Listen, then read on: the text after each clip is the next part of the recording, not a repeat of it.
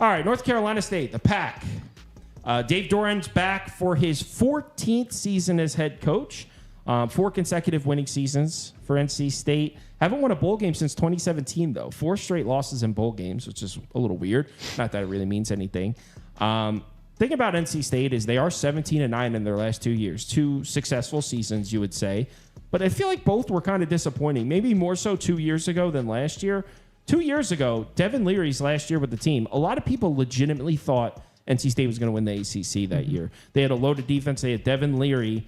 They think they only won 8 games that year, so definitely a disappointment. And then last year, they bring in Brennan Armstrong to play quarterback, and another year where NC State was just loaded up with expectation. Like, everyone thought they were legitimate players in the conference, and, I mean, they won 9 games. I'd say they overperformed a little bit last year in comparison to the year before, but still, I mean, still can't take that next step to put them up there at the top of the conference. And here we are, another year, yet another season where they bring in a transfer at quarterback, Grayson McCall from Coastal Carolina, proven kid can throw it. Probably can make a solid argument that Grayson McCall has a higher upside than both Devin Leary and Brennan Armstrong, to be honest. But here we are. I feel like we've been in this situation before. A ton of hype entering the season for NC State. They bring in a shiny new quarterback. Well, Devin Leary wasn't new, but they got a quarterback they're really high on. Just 82nd in returning production, 13 returning starters, 8 on offense.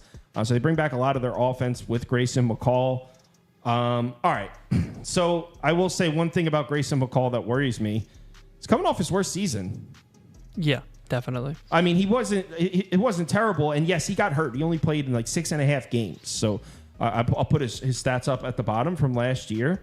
If you're not unfamiliar with Grayson McCall, that's not what his stats look like. I mean, his 3 years before that at Coastal was like 24 touchdowns, 2 picks, 26 touchdowns, 3 picks. In fact, in his previous 3 seasons, he threw 7 interceptions combined through 3 years, and he threw 6 picks last year in 7 games. So, Grayson McCall, super high ceiling. A lot of people like him a lot. I'm a little concerned that he's coming off his worst season. No? No, I would be concerned about that as well.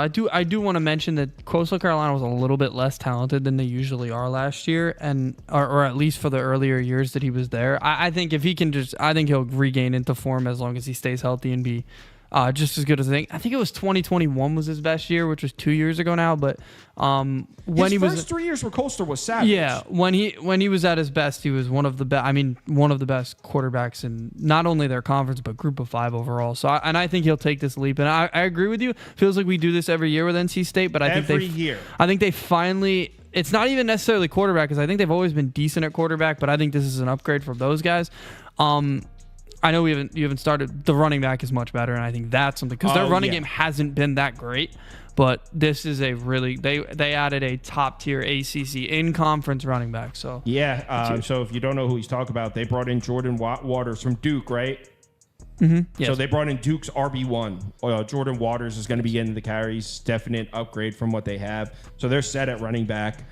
They got a kid that they really think can carry the weight back there. They did lose most of their wide receivers from last year, but again, they brought in. So they did lose most of their wide receivers from last year, but the guy they brought back is like the man, Kevin Concepcion. First of all, he led the team in receiving by a lot. He had 839 receiving yards. The next closest was 247. So this kid is their leading receiver by far. He was also second on the team in rushing yards. He took 41 carries. So this kid, Concepcion, can play, and he's back. So although the rest of the receiving weapons kind of a little turnover, they got their main guy back, and they also brought in a transfer from Ohio State and a kid from Wake. Yeah, the kid from Ohio State, very highly recruited, just didn't get playing time. They expect him to be very good. Yeah, so even though there's a lot of turnover as far as receiving weapons, they should be better than where they were last year. Offensive line, 3 starters back, and they brought in a transfer from Notre Dame. So you would think even the offensive line is better as well. And the offensive line, I'd say, was probably the weakness. The offensive line didn't do a great job. The numbers don't look good from the offensive line last year. So that should be upgraded as well. Offense as a whole, nothing but thumbs up across the board for me.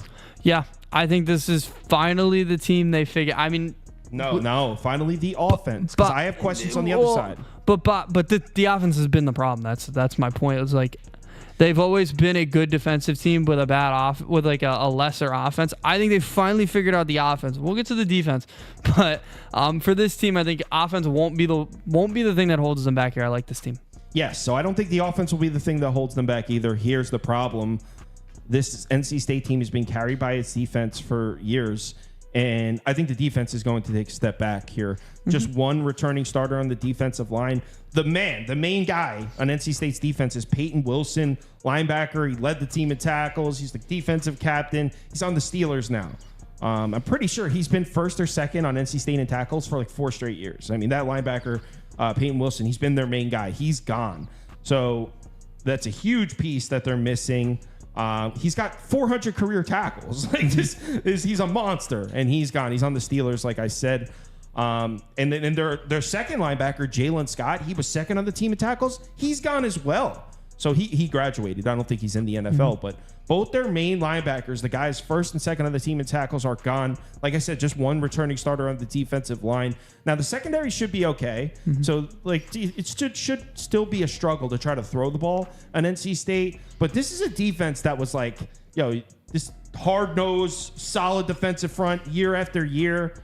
I have questions about the defensive front seven. I think teams are going to be able to run the ball in NC State, which is not something you can usually say.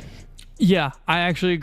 They didn't really add any big transfers on the D-line, although they are bringing back a guy, Van is his last name, that will go to the NFL next year, so that is good. But again, losing a guy like that, like they lost, was huge. Linebacker is a huge question. There's no question. They swung and missed on a lot of guys in the portal in that spot. They didn't bring in a difference maker. But the secondary, they've said they brought in some quality transfers from some pretty big schools. So I think Phil Steele had it as a top ACC unit. I tend to agree. This unit's always pretty good. I think they'll work there. But definitely the middle of the defense, the linebacker core, is a huge question, which is very rare for this team. Obviously, like you said, they had a guy who played 3 years starter, or was a captain of the team. So, yeah, that's huge. Yeah, that's going to hurt.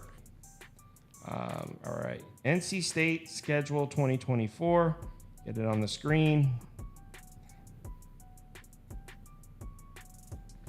And not having property over here is annoying. Okay, here it is. Western Carolina win. Home Tennessee loss. Be a good game, though. Sonny Cumbie? No, it's a win. That's one. So 2-1. Loss at Clemson.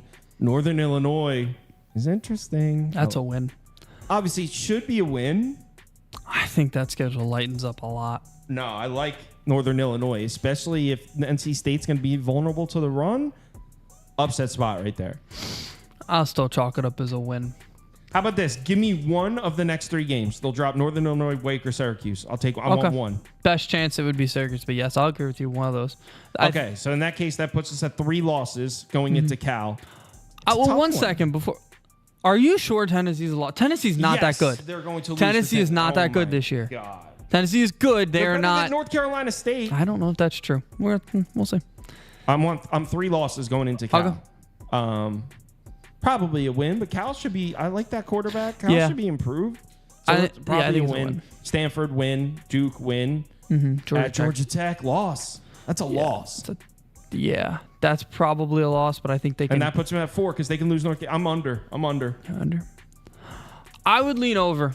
I think because I think they can beat Tennessee. I don't think Tennessee's very good, and they're not gonna beat Tennessee. Yeah, and I think they will. I think they can. Beat Tennessee. North Carolina State's 24th in the country. Tennessee's 15th. I don't know if Tennessee's really that good. So they lost. Tennessee lost a lot on offense. So, I would lean over. All right. So I got the under. You got the over. You have them at 9 or 10. Probably 9. Lead 9. I have them at 8. All right. Next team. North Carolina. Heels. The Heels. All right. We're talking North Carolina, 7.5 wins. Let's get that poll up. Jimmy Harvest says, come on, it's all